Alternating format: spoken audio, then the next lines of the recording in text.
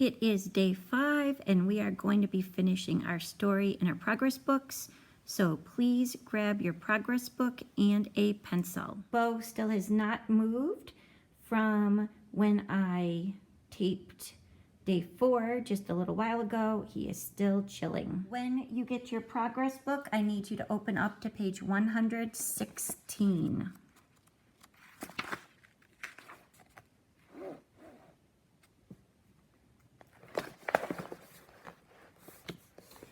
So we've been learning about the hardships that the American soldiers were undergoing at Valley Forge and how Martha Washington was helping them.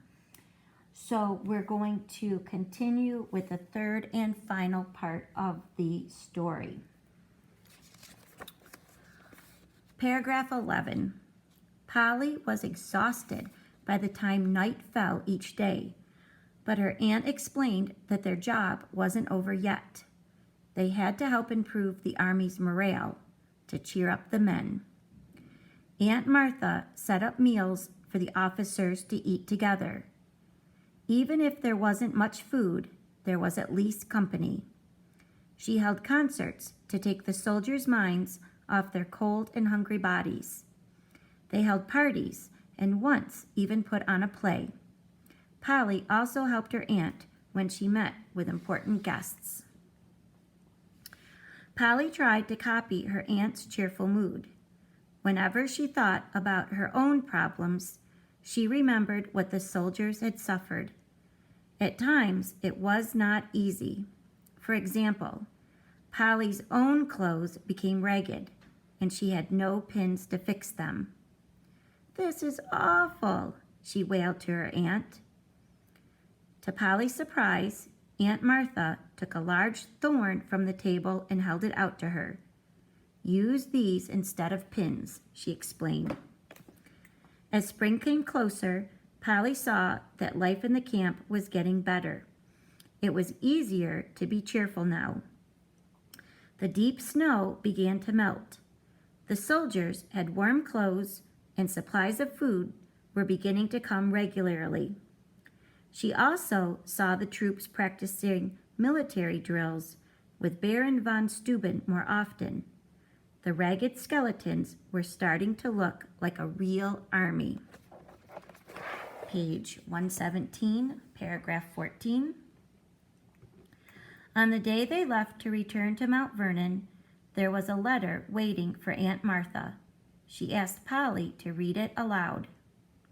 "Dear Lady Washington, last Thanksgiving, when all we had was a scoop of rice, I wasn't sure we would last the winter or ever be able to fight the British. 3 people changed all that. Your great husband and Baron von Steuben taught us to be a real army. But you helped us survive to become one, and you brought us hope again. Thank you, your servant, Robert Finney." All right, let's go to page 116. Look at Cite Evidence A. In paragraph 11, circle 3 pronouns that help you know the point of view. Is it a first-person point of view or a third-person point of view? So please do that for me. B, put a star by the paragraph that shows a change in Polly's way of thinking. How would you describe that change? Please do B. And then on page 117, I want you to do questions 1, 2, and 3. Here, for 3, I just need a restate and an answer. Down at the bottom, put a little star or snowflake. If you figured out who Martha's husband was, please write his name there.